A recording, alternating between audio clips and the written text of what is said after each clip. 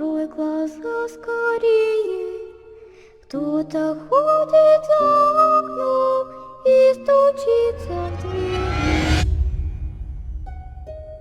Или дерево. Время сумеешь дать. Temple John 12.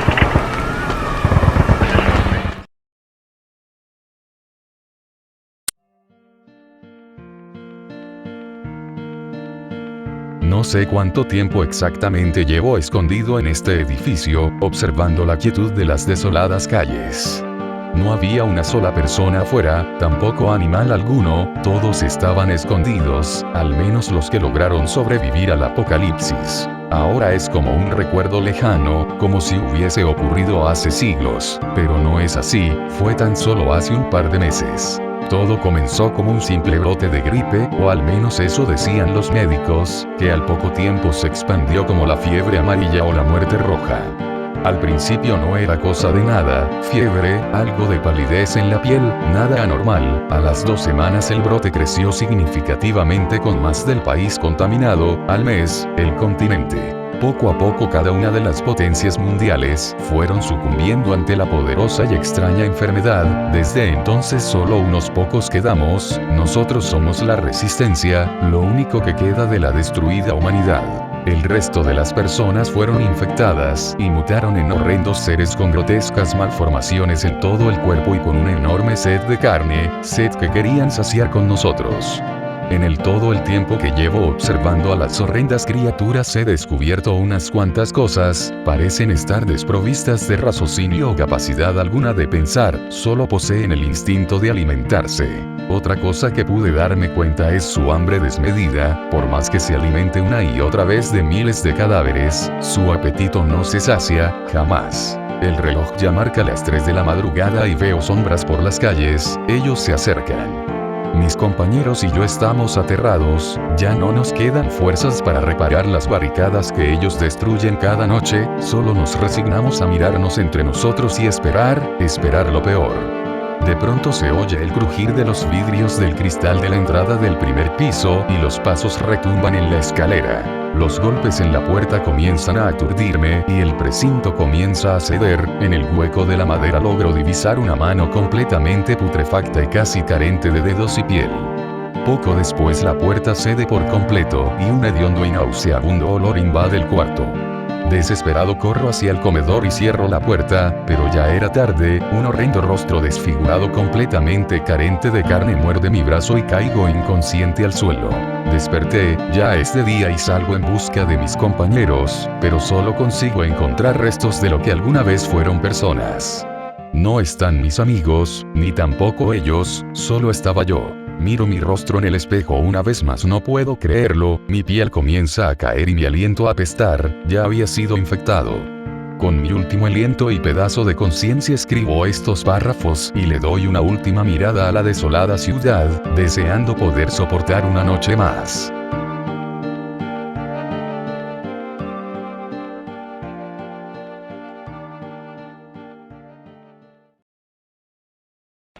Время сумеешь дать.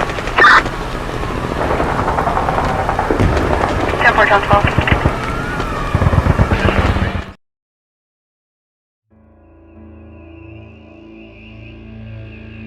Atrapado en la casa del Señor. Estoy atrapado dentro del confesionario. Sudores fríos recorren mi cuerpo y apenas puedo respirar. Noto el horrible hedor putrefacto que proviene del otro lado de la puerta y casi no puedo reprimir las arcadas. Empiezo a marearme, el calor es asfixiante. Le oigo fuera, sus pasos arrastrados resuenan por la pequeña casa de Dios, impasibles, insoportables. Choca con los bancos. Gruñidos. El terror se apodera de mí, las manos me tiemblan y respiro cada vez más rápido. De repente se hace un total silencio. Afino el oído, no oigo nada. Mala señal. Sé que sabe que estoy cerca, me huele, me presiente. He de tomar una decisión rápido, o me encontrará y será el fin. He de matar a mi propio hijo. Se acerca cada vez más. Lo tengo solo a 5 metros de mi posición y se para, mirando hacia mi escondite. Sujeto firmemente el gran crucifijo de metal que agarré como medio de defensa en mi huida desesperada hacia el confesionario. Miro de reojo por los pequeños huecos de la rejilla y vislumbro la tenue luz rojiza de la puerta privada que conduce a las habitaciones de los curas interinos al fondo. Es una puerta de acero reforzado, muy resistente, que además tiene doble cerrojo. Es mi única vía de escape. Debo entrar allí. Las débiles paredes de madera que me rodean no son resistencia para la abominación, que desea mi carne y que sigue mirando fijamente hacia el pequeño confesionario, como en estado de shock. Ahora que lo tengo cerca, lo examino más detenidamente y casi se me para el corazón. Tiene toda la cara desgarrada, chorreante de sangre. Le veo la mandíbula. Bajo más la mirada y algo le sale del estómago. Dios mío, son sus intestinos colgando. Me tapo rápidamente la boca, noto el vómito saliendo lentamente entre mis dedos y apenas puedo tenerme en pie. Esa cosa me oye, gime lastimosamente y viene hacia mí. De repente se oye un grito espeluznante que proviene del otro lado de la puerta de acero. El cerrojo se abre y aparece corriendo la hermana Claudia. Intento advertirla pero las palabras no salen de mi boca y choca directamente contra la abominación. Esta la atrapa mordiéndola el cuello y tirándola al suelo, indefensa. El grito de la hermana es desgarrador. Por la puerta de acero aparecen varias personas más, arrastrando los pies y con un aspecto similar al de mi hijo. Se unen a él en una orgía de sangre, vísceras y huesos. Me atraparán, estoy seguro, descubrirán mi escondite y me devorarán como a la hermana. Solo de pensarlo me tiemblan las piernas. Evalúo la situación. No puedo salir por la puerta principal, está cerrada y la llave ignoro dónde está. Quizás la tenga la hermana o esté en los despachos inferiores. Solo me queda una salida, he de adentrarme en el corazón de la iglesia, cerrar la puerta de acero, y rezar para que no haya más demonios dentro, pues sería mi fin. Caminan lento y melancólicos, pero cuando ven algo que les interesa, son más rápidos de lo que parecen. Respiro profundamente, tranquilizándome, rezo una plegaria y agarro con firmeza el crucifijo. Salgo corriendo hacia la puerta, sin mirar atrás. Oigo ruidos, gritos, gemidos, la muerte viene hacia mí. Los tengo a pocos metros, las piernas me pesan y tengo la sensación que voy extremadamente lento. Unos pocos pasos más y estaré a salvo. Por la puerta aparece de repente una silueta. Es el padre Andrés. Le grito pero no me responde. Le falta medio brazo. Es uno de ellos. Bloquea la puerta y alza el brazo rugiendo hacia mí. Espeluznante. Antes de que me agarre, le empujo hacia un lado con una fuerza que no creía tener. Entro dentro del salón, me doy la vuelta y creo ver a la hermana levantándose a lo lejos. El padre sigue en el suelo intentando levantarse, con el brazo extendido hacia mí. Mi hijo y los otros están ya demasiado cerca a pocos pasos. Cierro la puerta, echo los cerrojos y muevo una mesa apoyándola en la puerta. Me derrumbo oyendo los aporreos en la puerta, los gritos y los gemidos de esas cosas que ya no son humanas. Mi hijo es uno de ellos. Empiezo a llorar amargamente en mi escueta seguridad. Dios, ¿qué clase de locura es esta que se ha apoderado del pueblo? ¿Cómo has permitido que esto ocurra? ¿Acaso te has cansado de la existencia del hombre, de su avaricia y su maldad, y has decidido levantar a los muertos contra los vivos? Soy el padre Darlos y estoy atrapado en la casa del Señor.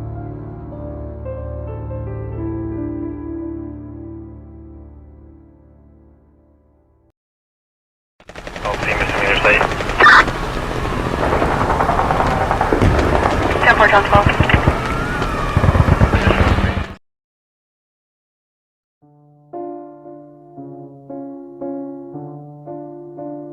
La maldición de Motave. Motave avanzaba sigilosamente entre los frondosos bosques de su selva.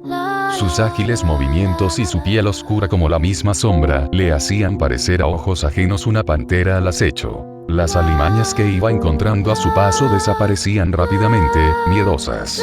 Motave era el chamán de la tribu, era la propia fuerza de la naturaleza, y como tal, era temido y respetado por toda vida animal del lugar. Siguió caminando, con paso firme, decidido. Su objetivo no estaba lejos y necesitaba llegar antes del alba.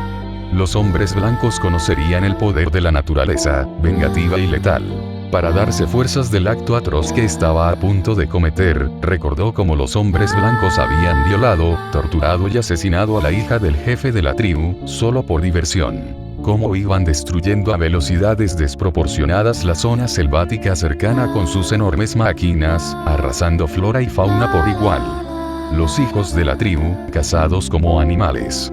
Las aguas contaminadas provenientes de la zona de las máquinas dificultaban aún si cabe más la supervivencia. No, esos malignos seres blancos habían llegado demasiado lejos. Era hora de la venganza. Divisó ya cerca las luces que delataban el campamento de los hombres blancos, los gritos de los trabajadores y el ruido de las máquinas cortando los árboles. Incluso oyó risas. Toda la tranquilidad de la selva nocturna se había evaporado. Le hirvió la sangre, y se acercó sigiloso hacia la tienda más cercana, escondido entre los matorrales. Pasaron varias horas y el sonido del campamento poco a poco se fue apagando. Motabe esperaba entre las sombras, inmutable y estoico, esperando hasta que el último de los trabajadores se fuera a dormir. Tan solo la hoguera central iluminaba tenuemente el campamento, y hacia allí se dirigió Motabe, silencioso como la sombra. Sintió su calor en su piel en contraste con el frío de la noche. Se agazapó junto a ella, mirando hacia las tiendas en busca de movimiento y al no ver nada, abrió su viejo zurrón. De él sacó una vieja y espeluznante estatua de unos 5 kilos con caracteres indescriptibles. El fuerte Motabe sintió un extraño sentimiento de pavor al observarla, como cada vez que la miraba. Por muchas veces que la observara, siempre le producía la misma sensación de respeto y miedo. Según las leyendas de la tribu, la estatua representaba a la diosa de la naturaleza, la parte vengativa y terrorífica de ella. Con ella se podía invocar a los destructivos hijos de la naturaleza: el fuego, el viento, el agua, la tierra y la muerte. A esta última entonó el horrible cántico que empezó a recitar, en voz baja, pero clara y firme. Sintió la magia a su alrededor, entrando y saliendo de su cuerpo constantemente. Cualquier otro acólito habría desfallecido con el conjuro, pero Motabe tenía una voluntad de hierro y una resistencia asombrosa. Era muy poderoso y creía firmemente en lo que estaba haciendo. Aunque sabía que le aguardaba un sitio en el infierno por este acto, lo creyó justo y necesario. No quería ver cómo su pueblo iba hacia la extinción por culpa de los hombres blancos. Cuando, exhausto, terminó el ritual, con las pocas fuerzas que le quedaban hizo un agujero en el centro del campamento con una pala que encontró cerca y allí, enterró la horrible estatua. El conjuro ya estaba en marcha. Los hombres blancos sabrían en ese momento lo que era el terror. Solo faltaba completar la última parte del ritual. Caminó hasta la tienda más cercana, la más pequeña del campamento, y se introdujo en ella. Había un hombre blanco de unos 45 años durmiendo tranquilamente. Se acercó hacia él con extremo cuidado.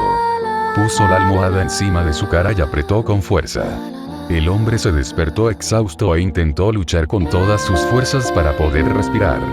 Motabe era muy fuerte y atenazaba al hombre implacablemente.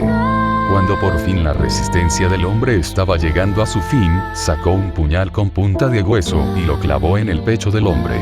Finalmente, su vida se evaporó. Motabe estaba tremendamente fatigado y tuvo que sentarse en la cama para recuperar fuerzas, sin quitar las manos aún de la almohada. No quería ver el rostro del hombre al que acababa de asesinar a sangre fría. Le puso la sábana encima, tapándole todo el cuerpo. El ritual estaba finalizado y tenía pocos minutos para desaparecer del campamento antes de que la hecatombe del maleficio estallara. Oyó ruidos de pasos fuera de la tienda y volvió a sacar el puñal de forma instintiva. Se agazapó detrás de la cama dispuesto a saltar, cuando los pasos se alejaron de la tienda. Vio claro que era el momento de escapar, cuando observó que el cuerpo muerto y lleno de sangre, envuelto en la sábana, se empezaba a mover lentamente, resucitado. Motabe salió corriendo de la tienda en dirección a la oscuridad de la jungla. Oyó disparos a sus espaldas y sintió una fuerte punzada en el hombro mientras corría con las pocas fuerzas que le quedaban. Por suerte la bala solo le había rozado la carne. Se perdió en la oscuridad de la jungla. En el campamento empezaron los gritos de terror y los disparos. El hombre blanco había sido castigado. Motabe supo demasiado tarde las terribles y apocalípticas consecuencias de sus actos.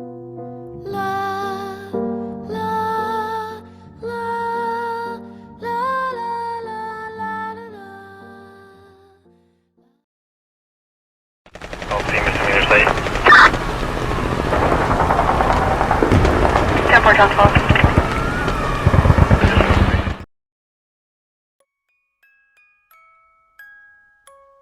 La muerte camina. Voy a contaros una cosa que hasta hoy no he contado a nadie más. Solo mi mujer y yo conocemos esta historia, y por temor a que nos tomen por locos, nunca antes la habíamos contado.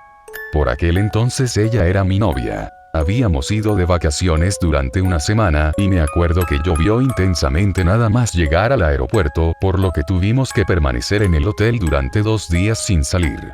Intentamos ver la tele, pero el único canal que quedaba emitía en un idioma que no entendíamos. Creímos que se había ido la señal por el fuerte temporal, pero descubrimos el lunes, cuando mejoró el tiempo, que la tele no volvía y que el lugar había muerto. No por la tormenta, la gente estaba tirada en medio de la calle, todos muertos. Había miles de cadáveres por el suelo, los vimos desde la ventana, y pensamos que debía haber sido una especie de peste repentina y que podríamos contagiarnos. No habíamos salido del hotel, ni siquiera de nuestra habitación, ya que habíamos comprado agua embotellada antes de entrar y bastante pan y embutido para comer de bocadillos, por lo que no entendimos por qué no había un alma con vida en todo el hotel cuando salimos. Salimos a la calle con un pañuelo en nuestra nariz, por miedo a contagiarnos de lo que quiera que hubiera matado a todo el mundo. Había gente tirada en la acera, muertos frente al volante de sus vehículos, unos simplemente parados, otros estrellados, había niños, policías, mujeres, incluso militares tirados en el suelo como si de repente hubieran muerto todos al mismo tiempo. Mi novia y yo nos agarramos de la mano y no sabíamos qué hacer. Entonces fue cuando empezó la pesadilla real. Los muertos comenzaron a moverse cuando nos acercamos a ellos. Al principio pensamos que estaban moribundos, pero cuando les vimos las caras, sus ojos opacos y su cuerpo tan seco, supimos que no se movían para pedir ayuda, sino porque querían venir hacia nosotros. Fue escalofriante, como si de repente todos los cadáveres fueran levantados por una fuerza mágica y en menos de un suspiro estaban todos en pie, mirándonos, babeando y con los brazos elevados hacia nosotros. Mi novia me aferró del brazo y me apremió a que corriera. No necesité que me lo repitiera, corrimos los dos directos al hotel mientras los muertos cerraban filas y trataban de cortar nuestra retirada. Escuchamos disparos, un americano había salido de otro edificio y la emprendió a tiros con los zombies. Eso nos ayudó porque, aunque los tiros no les hacían nada, un buen número de muertos vivientes fue hacia él. Mi novia agarró una caja de madera que había en la calle y la blandió como una especie de espada rudimentaria, golpeando a los zombies en la cabeza. Estos caían redondos con los golpes y luego volvían a levantarse. El tipo estaba confiado de que no se le acercarían con su rifle y cayó antes de que pudiéramos alcanzar la puerta del hotel. Para entonces los zombies ya nos rodeaban y nos abrimos paso a base de golpes y empujones hasta llegar a las puertas. Los zombies nos siguieron como moscas detrás de la miel. Cerramos las puertas y pusimos bancos pesados contra ellas para evitar que entraran. A continuación arrastramos muebles a las ventanas y así contuvimos su amenaza. Creímos estar a salvo, esperamos que el teléfono funcionara pronto para llamar a la embajada, a las autoridades, a quien fuera. No hubo suerte, ni siquiera teníamos línea. Teníamos que dormir, había llegado la noche y seguíamos asediados por los zombies, que parecían tener fuerzas renovadas con la oscuridad. Nos refugiamos en nuestro cuarto y allí dormimos con un mueble sujetando la puerta y otro cubriendo la ventana, a pesar de que ésta daba a un acantilado y sabíamos que nada podía entrar por ella. Al despertar pensamos que había sido una pesadilla, sin embargo allí estaban todos. Deambulando por la ciudad, muertos y apestando a putrefacción. Nos fuimos a duchar, teníamos que quitarnos el olor a sudor, la humedad era horrible en esa ciudad y el día anterior había sido agotador.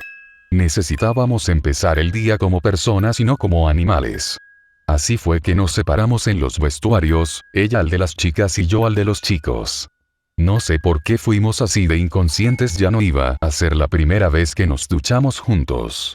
El hotel estaba desierto, no había nadie ni vivo ni muerto. Bueno, no había nadie a la vista, hasta que entré en mi vestuario y vi a un hombre de unos 60 años muerto sentado en una banca y apoyado contra la pared. Quise marcharme, avisar a mi novia de que no estábamos tan seguros allí, pero examiné bien al tipo y me di cuenta de que una escoba tenía más posibilidades de moverse que él. Parecía llevar semanas muerto. Ya ni siquiera apestaba. Me desnudé sin perderle de vista. No dejaba de ser inquietante que hubiera un tipo así en la ducha y nadie lo hubiera detectado antes. Mientras me enjabonaba la cabeza, el hijo de puta se movió. No fue un movimiento natural en absoluto, su cuerpo se levantó como movido por un tío con poderes de telequinesis y caminó hacia mí. ¿Cómo podía moverse esa momia? Cogí mi ropa y salí de la ducha evitando tocarle o que me tocara. Solo verle me ponía los pelos de punta y me daban ganas de vomitar. Mi novia se asustó al verme, pero cuando le dije que nos íbamos no dudó un instante en salir de la ducha y vestirse. Cuando terminamos de ponernos los zapatos, salimos y vimos que en realidad había cadáveres por todo el hotel. De algún modo habían entrado cuando salimos el día anterior y cuando volvimos se habían metido en rincones oscuros, como si fueran marionetas sin su dueño. A medida que cruzamos el pasillo, los no muertos se levantaban y nos seguían emitiendo horribles gemidos. Salimos disparados del hotel, en la calle ya no había tantos de ellos, corrimos hasta quedarnos sin aliento y llegamos a la estación de tren. Vimos que uno se acercaba y pensamos que nos sacaría de ese infierno. Rezamos para que la pesadilla solo fuera en ese pueblo costero. El tren se detuvo y estaba completamente vacío. Subimos y examinamos todos los vagones hasta llegar al primero. Allí vimos a un joven que, al darse cuenta de nuestra presencia, detuvo el tren en medio del campo para venir a hablar con nosotros. Me alegro de ver gente viva, dijo. Siento decirles que nuestro destino también ha sido tomado por los zombies y que no queda nadie. Deben ser los últimos supervivientes. ¿Qué es lo que ha pasado? ¿Sabe algo? Sí, sé que toda mi familia es zombie en este momento y no voy a vivir mucho más. El tren puede alcanzar los 230 km por hora, velocidad suficiente para destrozar la estación y llevarse por delante cientos de esos monstruos. Necesito que me digan si quieren acompañarme. ¿Qué? Replicó mi novia. ¿Piensa suicidarse? Tenía una preciosa niña de 5 años, mi mujer estaba embarazada. Eran todo para mí, susurró, apenado. No puedo seguir viendo sin ellas. Lo lamento mucho, dijo mi novia, preocupada. Pero nosotros nos bajamos. Él volvió a la cabina sin replicar y abrió las puertas del tren. Estábamos a unos 200 metros de la siguiente aldea. Como todo lo que habíamos visto, el otro pueblo estaba muerto. Nada se movía y el olor a putrefacción inundaba nuestras fosas nasales. Estaba claro que había que andar con cuidado. Nos armamos con varias piedras del tamaño de un puño y entramos en el lugar. En las calles había zombies devorando a otra gente. Escuchamos disparos y vimos como los que disparaban no conseguían detener la horda que se les venía encima, por suerte atraían hacia ellos a todos los zombies. Vimos un edificio resistente y probamos suerte por si estaba abierto. Tenía cristaleras en el techo y el resto estaba hecho de hormigón, si no había nadie dentro, sería un buen refugio. Entramos y cerramos las puertas. No vimos a nadie, pero eso fue hasta que llegamos a una gran sala, una especie de salón de actos, donde había varios cadáveres en el suelo. No nos fiamos, no íbamos a esperar a que se levantaran, así que volvimos a salir, buscando otro lugar seguro. Nos preguntamos por qué se convertían en zombies y nosotros no. Lo único que sabíamos era que nadie permanecía muerto cuando esos muertos vivientes te mordían. No tardaban casi nada en levantarse y unirse a ellos en su hambre caníbal. Entonces vimos a una joven de piel oscura al parecer entre los coches. Parecía de una tribu a juzgar por sus colgantes que tenía enganchados al pelo. Llevaba brazos y piernas descubiertas y de su pecho colgaban acecillos. A su lado apareció un hombre alto y musculoso que parecía escoltarla. Al principio pensamos que se trataba de 2 supervivientes, pero al ver que los zombies se rendían y postraban a su paso, supimos que no era así. Lo que nos lo confirmó fue que esa mujer nos señaló como si fuéramos unas piezas de caza y todas las miradas de los no muertos se volvieron hacia nosotros, ansiosas, furiosas. Encontramos un coche a la salida del edificio con las llaves puestas y la puerta abierta. Probamos suerte y lo arrancamos con éxito. Mi novia llevaba encima el mapa de carreteras de la isla y, después de atropellar a varios zombies, cogimos la carretera y nos dirigimos al aeropuerto. Allí se acabó la pesadilla, en la terminal no sabían nada de la plaga zombie y aprovechamos para cambiar nuestro vuelo de salida lo más pronto posible. Fue sencillo ya que nadie acudía a sus vuelos, de modo que en una hora estábamos en un avión que nos llevaría a casa. Cuando uno se imagina las películas de zombies no sabe lo que supone esa pesadilla, es como una forma divertida de ver el apocalipsis, pero os aseguro que yo lo he visto y no tiene nada de divertido. En ese vuelo el capitán del avión nos advirtió que las autoridades portuarias habían emitido un comunicado internacional donde pedían ayuda humanitaria urgente porque les había sacudido una terrible tragedia. Y no tardamos en averiguar por qué. Cuando llevábamos 30 minutos de vuelo, una fuerte turbulencia sacudió el avión. Miramos por la ventanilla y vimos un enorme resplandor. Cuando llegamos a casa nos enteramos por un periódico de que había habido un accidente termonuclear en una isla del Océano Índico y apenas había supervivientes. Misteriosamente la noticia solo la dieron en un canal de televisión y al día siguiente no había rastro de la noticia ni siquiera por internet. Una mentira para ocultar que, por unos días, la muerte caminó por sus calles. Pero ¿quién estuvo detrás de la catástrofe? No lo sé, y por lo que he podido comprobar durante todos estos años, a nadie le importa.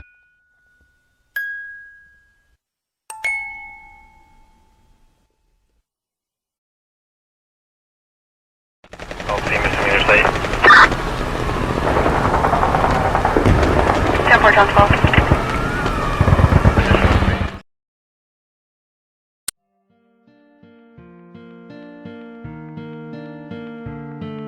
La muerte y la condesa. Era un viejo cementerio, y ellos habían estado largo tiempo muertos. Los últimos habían sido colocados en el nuevo camposanto, sobre la colina, cerca de Bois d'Amour y cerca de los sonidos de las campanas que llaman a la gente a misa.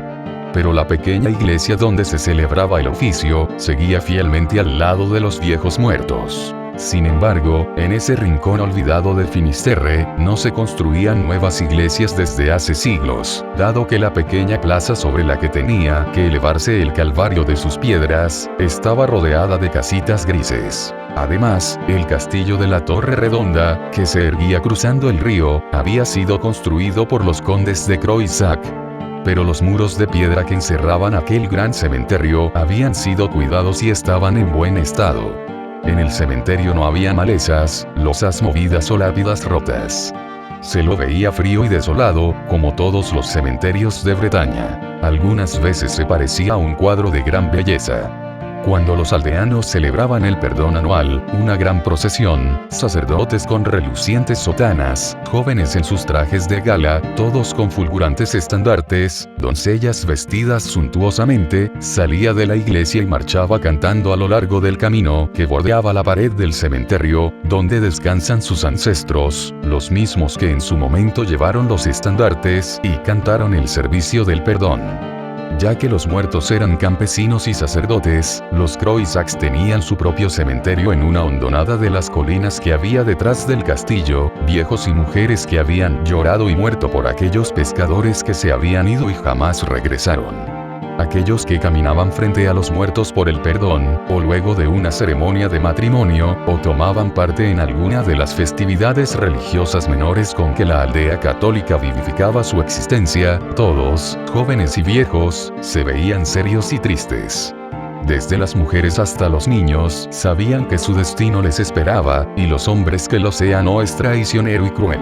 Consecuentemente los vivos tenían poca simpatía por los muertos que les habían dejado tal agobiante carga. Y los muertos bajo sus piedras, bastante satisfacción. No había envidia entre ellos por los jóvenes que vagaban al anochecer y se juraban fidelidad en el Bois d'Amour, solamente sentían piedad por aquellos grupos de mujeres que lavaban sus linos en el arroyo que afluía al río. Parecía como figuras, en el verde libro de la naturaleza, estas mujeres, con sus resplandecientes tocados y collares. Pero para los muertos no era mejor envidiarlos, y para las mujeres, y los amantes, no era mejor apiadarse de los muertos. Los muertos descansaban en sus cajones y agradecían a Dios por la tranquilidad y el hallazgo de la paz sempiterna, por la que ellos habían aguantado pacientemente la vida, fueron tomadas de esta calma. La aldea era pintoresca, y no había ninguna otra como esta, en toda Finisterre. Los artistas que la descubrieron se hicieron famosos. Luego de los artistas vinieron los turistas, y la vieja y crujiente diligencia se convirtió en un anacronismo. Bretaña era la moda durante 3 meses del año y donde quiera que hubiera moda, al menos tenía que haber un ferrocarril.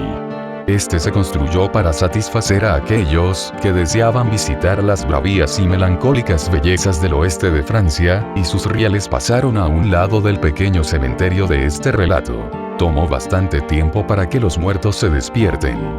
Ellos no escucharon ni el sonido audible de los hombres trabajando, ni siquiera el primer resoplido de la locomotora. Y, por supuesto, tampoco escucharon o supieron de las súplicas del viejo cura para que la línea se construya en otro sitio. Una noche, él marchó al viejo cementerio, se sentó en una tumba, y se puso a llorar. Él amaba a sus muertos y sentía que era una pena que la codicia de dinero, la fiebre del viaje, y la mezquina ambición de hombres cuyos lugares eran la gran ciudad, donde nacían sus ambiciones, quebrarán para siempre la sagrada calma de aquellos que habían sufrido tanto en la tierra.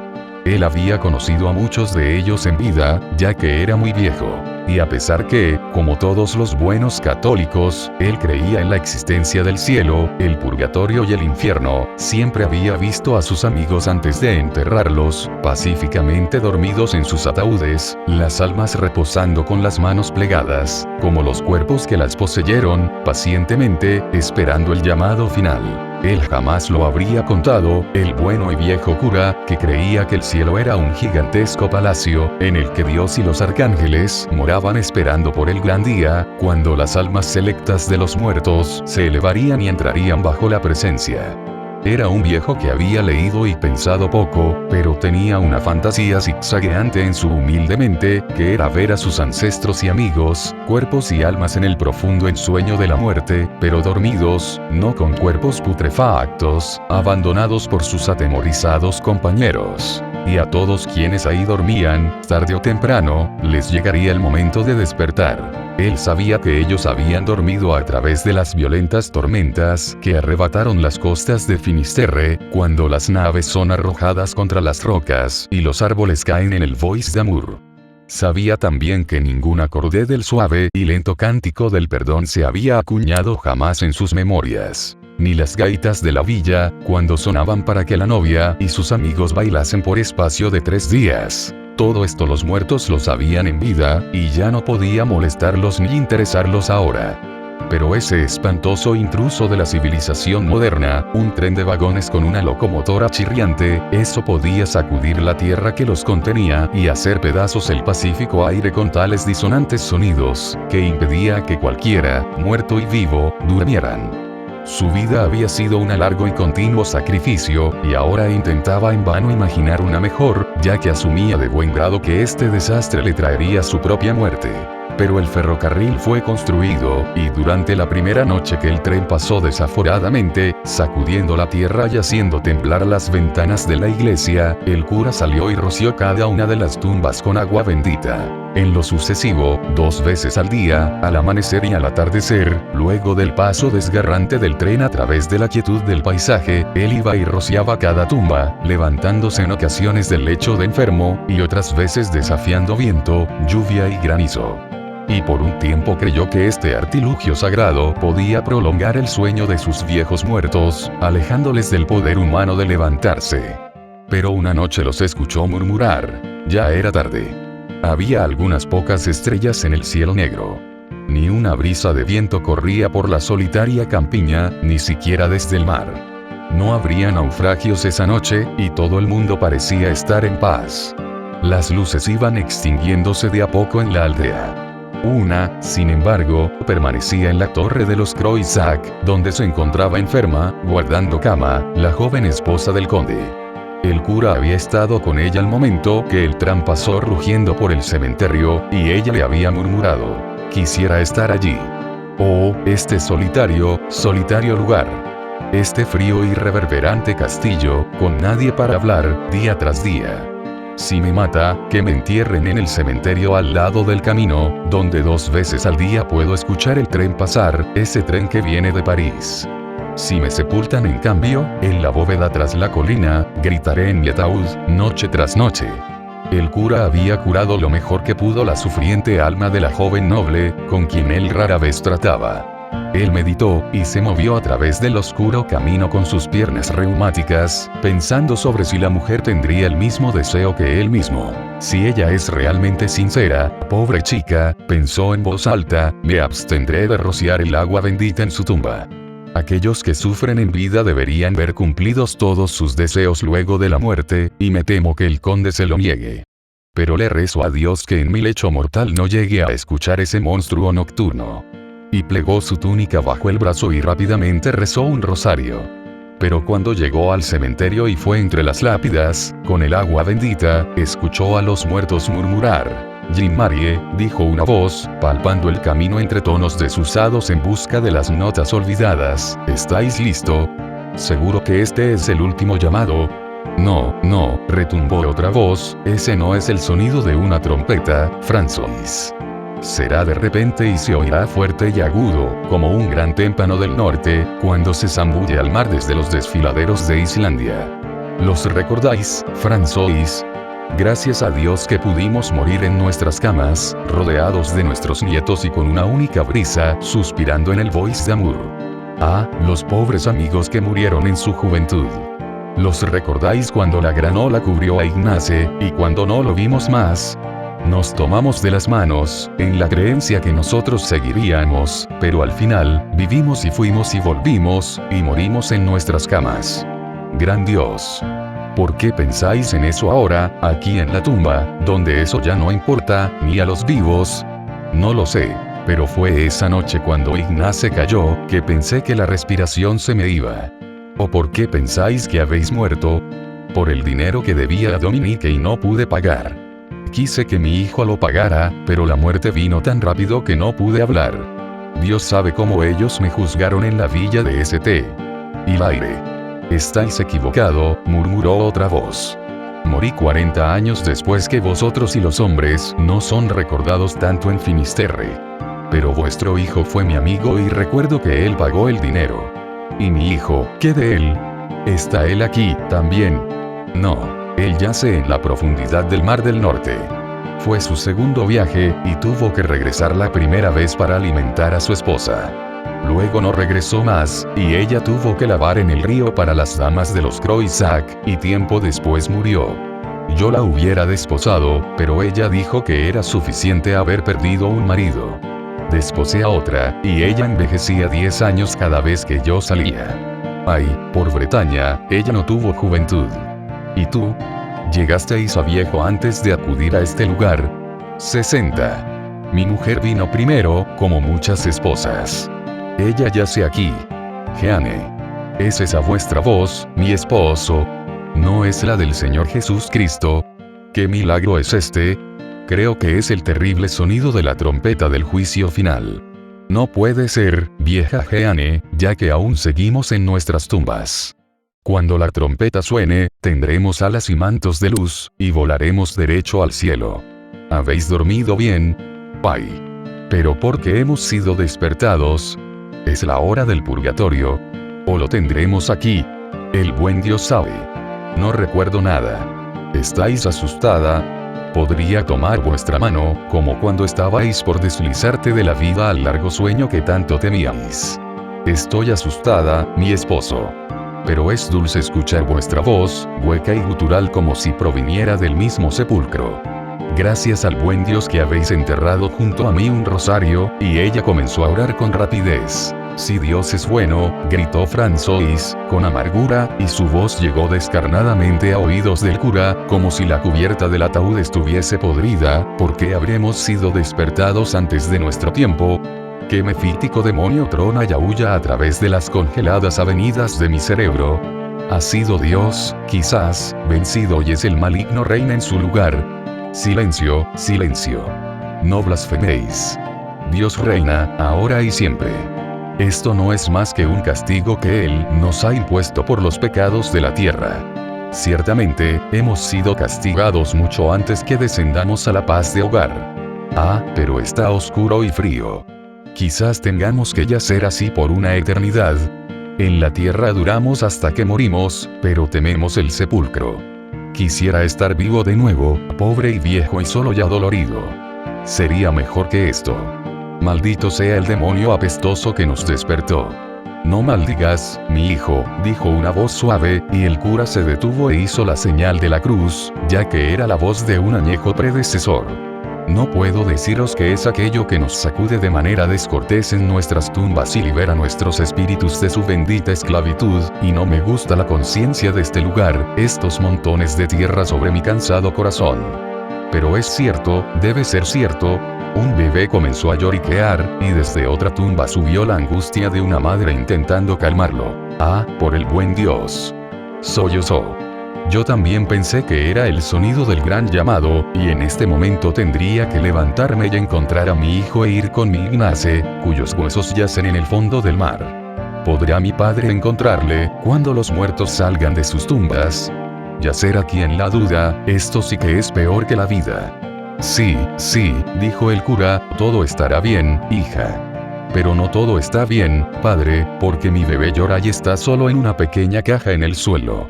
Si pudiera arrancar la tierra para allanarme el paso hacia él, pero mi vieja madre yace entre ambos. Recen vuestros rosarios. Ordenó el cura, con severidad. Recen vuestros rosarios, todos ustedes. Todos aquellos que no lo hagan, recen el Ave María 100 veces.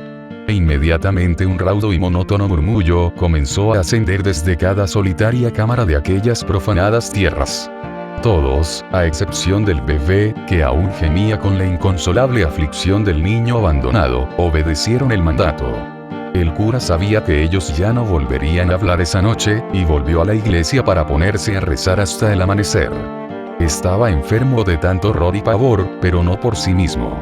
Cuando el cielo estuvo rosado y el aire lleno de las dulces fragancias de la mañana, un penetrante rugido rasgó el silencio matinal. El cura se apresuró en regresar al cementerio y volver a rociar cada tumba, esta vez con doble ración de agua bendita. Luego que cesó el temblor de la tierra, el cura puso su oído en el suelo. Ay, aún seguía conmoviéndose. El demonio está nuevamente en vuelo, dijo Jean-Marie. Pero luego que pasó me siento como si el dedo del Señor hubiera tocado mi frente. No puede hacernos daño. Yo también sentí esa caricia celestial, exclamó el viejo cura. Varios y yo. Surgieron de cada tumba, a excepción de la del bebé. El cura, profundamente agradecido que su simple acción los hubiera conformado, marchó con rapidez hacia el castillo. Olvidó que no se interrumpió ni siquiera para dormir. El conde era uno de los directores del ferrocarril, y realizaría una súplica final a él mismo. Era temprano, pero nadie dormía en Croisac. La joven condesa había fallecido. Un gran obispo había llegado en la noche y le había dado la extrema unción. El cura preguntó si podía presentarse ante el obispo. Luego de una larga espera en la cocina, le he dicho que podría hablar con Monsieur Levesque. Siguió al sirviente a través de la escalera espiral de la torre circular, y luego de sus 28 escalones, entró a un salón adornado con tapizados púrpuras estampados con flores de lis doradas. El obispo estaba recostado 6 pies por encima del piso, en una de las espléndidas camas talladas contra la pared. Grandes cortinas cubrían su frío y blanquecino rostro. El cura, que era pequeño y respetuoso, sintióse inconmensurablemente más pequeño bajo tan augusta presencia, y pidió la palabra. ¿Qué deseas, hijo mío?, preguntó el obispo, en su frío y cansado tono de voz. ¿Es algo tan urgente? Estoy muy cansado. Nervioso, el cura contó su historia, y mientras se esforzaba por transmitir la tragedia de los atormentados muertos, no solamente sentía la pobreza de su expresión, que estaba muy desacostumbrado en utilizar, sino que también le asaltó el pensamiento tortuoso de que aquello que dijera, podría sonar antinatural y descabellado. Pero él no estaba preparado para causar tal efecto en el obispo. Él estaba parado en el medio de la habitación, cuya lobreguez era acentuada por la deficiente iluminación de los velones de un gran candelabro. Sus ojos, que habían estado vagando abstraídamente de una pieza a otra del moblaje labrado, súbitamente se enfocaron en la cama, y él detuvo su relato y enrolló su lengua. El obispo se sentó, lívido de ira. «Y este era vuestro asunto de vida o muerte, loco parloteante», tronó. «Por esta sarta de estupideces soy arrebatado de mi descanso, como si yo fuera otro viejo lunático. Tú no eres adecuado para ser sacerdote y cuidar de las almas. Mañana». Pero el cura ya había escapado, retorciéndose las manos. Cuando intentó bajar por las escaleras, chocó con el conde. Monsieur de Croisac había cerrado la puerta detrás suyo. La abrió y, guiando al cura dentro de la habitación, le mostró a su condesa muerta, que yacía con los brazos entrecruzados, despreocupada por siempre de los 6 pies de cúpidos labrados y margaritas que la cuidaban. Había un alto pedestal a la cabeza y otro a los pies, que tenían candelabros dorados con pálidas llamas. Los tapizados azulados de la habitación, con sus flores de lis blancas, estaban descoloridos, como las alfombras del viejo y gastado piso, ya que el esplendor de los Croisac se había ido con los Borbones. El conde vivía en el viejo Chateau porque tenía que hacerlo, pero la noche anterior había reflexionado sobre el error de traer a vivir allí a una joven, y sobre todas aquellas cosas que pudo haber hecho para salvarla de la desesperación y la muerte. «Rece por ella», dijo al cura. «Y usted la enterrará en el viejo cementerio». Fue su último deseo. Él salió, y el cura se arrodilló y comenzó a musitar sus oraciones para la muerta. Pero sus ojos discurrían hacia las ventanas, a través de las cuales la condesa habría pasado horas y días mirando, observando a los pescadores zarpando hacia la mar, seguidos por una ribera de esposas y madres, hasta que sus barcos se perdían entre las grandes olas del océano exterior. A menudo miraba el enardecido torrente, o las arboledas, las ruinas, las lluvias cayendo como agujas a través del agua. El cura no había comido nada desde su magro desayuno, a las 12 del día anterior, y su imaginación estaba activa. Se preguntó si el alma se regocijaba en la muerte con la belleza del cuerpo inquieto, y de la vehemencia de la mente pensante. No podía ver la cara de la joven, desde donde estaba arrodillado, solo veía las manos pálidas cruzadas como en un crucifijo.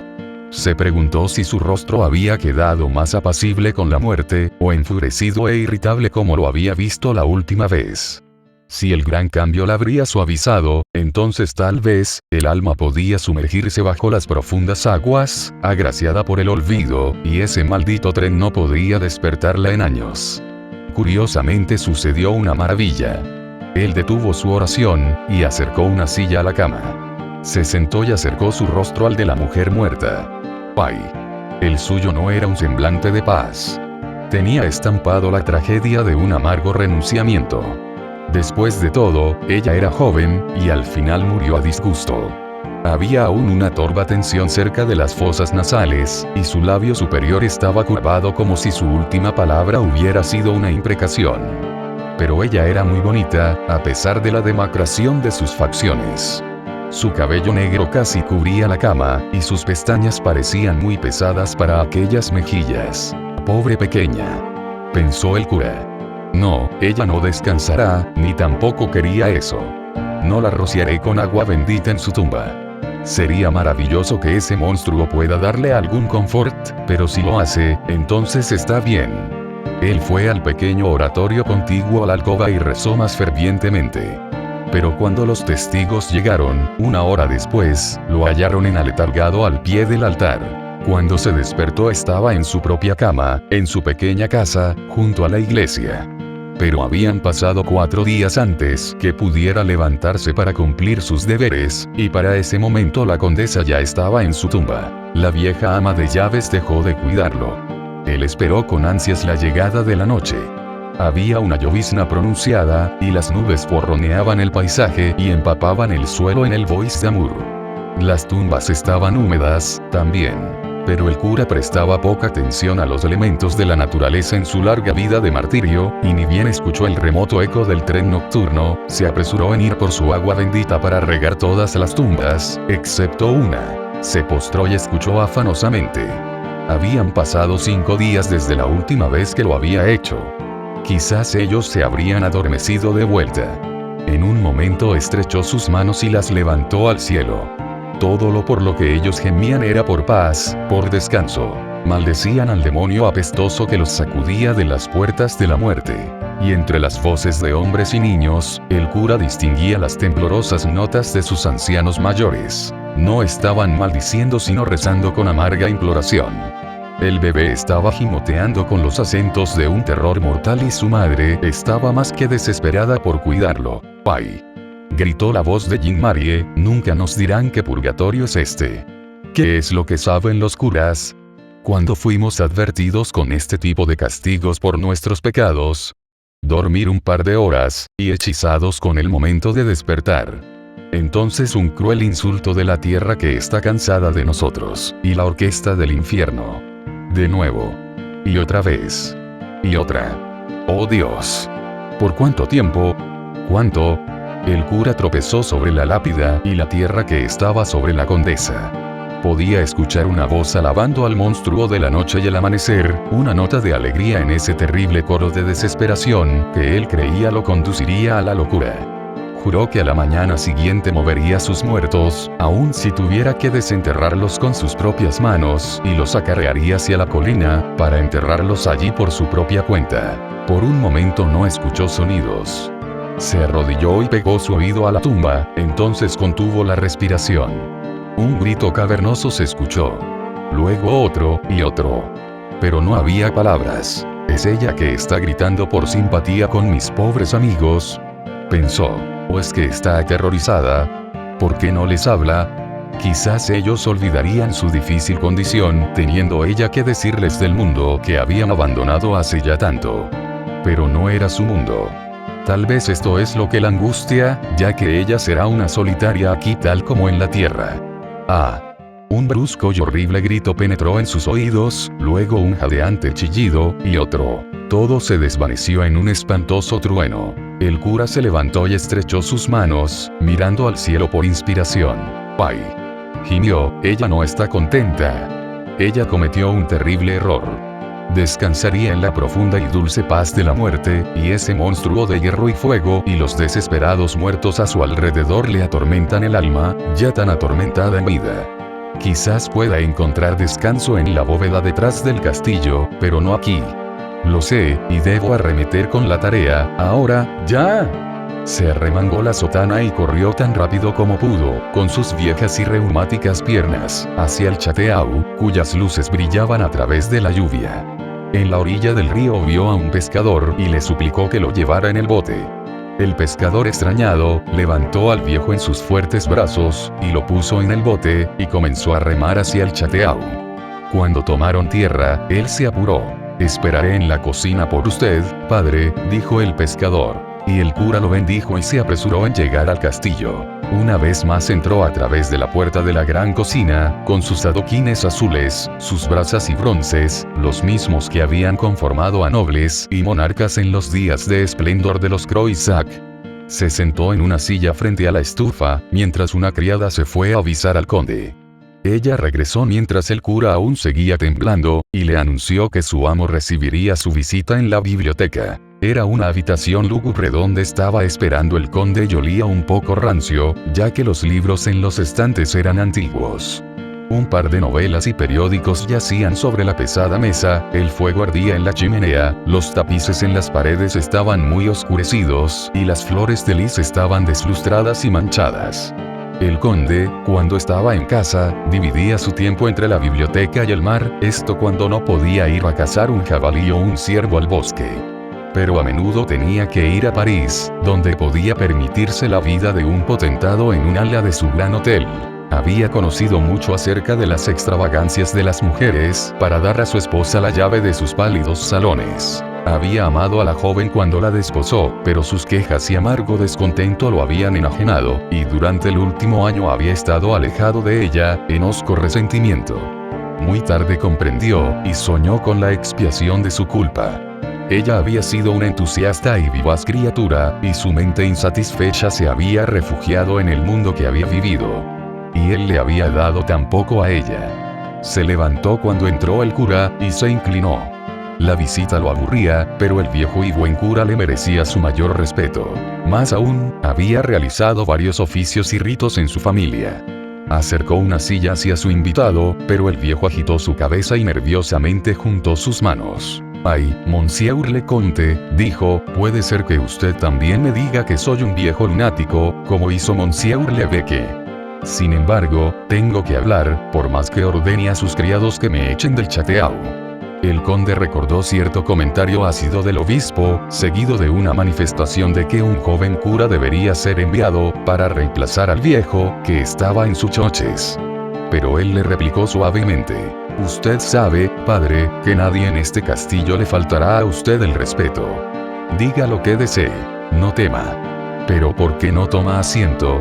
Estoy muy cansado». El cura tomó asiento y clavó su vista suplicantemente en el conde. «Este es el asunto, Monsieur». Habló rápidamente. «Ese terrible tren, con sus estrepitosos hierros, carbones, humareda y chirridos, ha despertado a mis muertos. Los he estado calmando con agua bendita, para que no lo escuchen, hasta que una noche que faltó, el ruido que hace este ferrocarril, sacude la tierra y remueve los clavos fuera de los ataúdes. Me apuré, pero el daño ya estaba hecho, los muertos habían despertado, el querido sueño de la eternidad había sido interrumpido. Ellos pensaban que era el llamado de la trompeta del juicio y se preguntaron por qué seguían aún en sus sarcófagos. Pero hablaron entre sí y no fue tan malo como parecía. Pero ahora están desesperados. Están en el infierno, y yo tengo que implorarle a usted que apruebe que sean movidos a la colina. Ah, piense, Monsieur, no puede ser que el largo sueño del sepulcro se vea interrumpido tan rudamente, el sueño por el que vivimos y padecemos tan pacientemente». Se detuvo abruptamente y contuvo la respiración. El conde había escuchado sin haber cambiado de semblante, convencido que se trataba de la fantasía de un loco. Pero la farsa lo fatigó, e involuntariamente su mano se movió hacia una campana en la mesa. «Ah, Monsieur, no todavía, aún no», jadeó el sacerdote. «Es acerca de la condesa que he venido a hablar.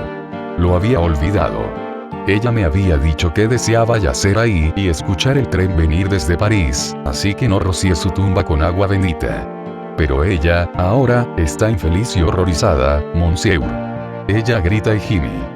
Su ataúd es nuevo y fuerte, y no puedo escuchar sus palabras, pero he escuchado gritar espantosamente desde su tumba esta noche, Monsieur.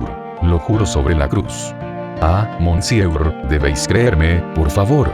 El conde se puso tan pálido como la mujer que había enterrado en su ataúd, y estremeciéndose de la cabeza a los pies, se tambaleó de su silla y clavó la vista en el sacerdote como si viera el mismísimo fantasma de su condesa. «Usted escuchó. Llegó a jadear. Ella no está en paz, Monsieur». Ella gritó y gimió de manera terrible, como si tuviera la boca tapada con una mano. El conde se repuso de repente y voló del salón. El cura pasó su mano por la frente y cayó lentamente en el piso. Había pronunciado la última de sus palabras. «Él comprobará que he dicho la verdad», pensó, mientras caía dormido, «y mañana intercederá por mis pobres amigos». El cura yace sobre la colina, donde ningún tren jamás podrá perturbarlo, y sus viejos camaradas del cementerio violado están cerca, alrededor de él. El conde y la condesa de Croisac, quienes adoran su memoria, se apresuraron en darle en muerte aquello que fue su último deseo en vida. Y con ellos, todas las cosas están bien, para un hombre, también, pueden nacer de nuevo, y sin descender a la tumba.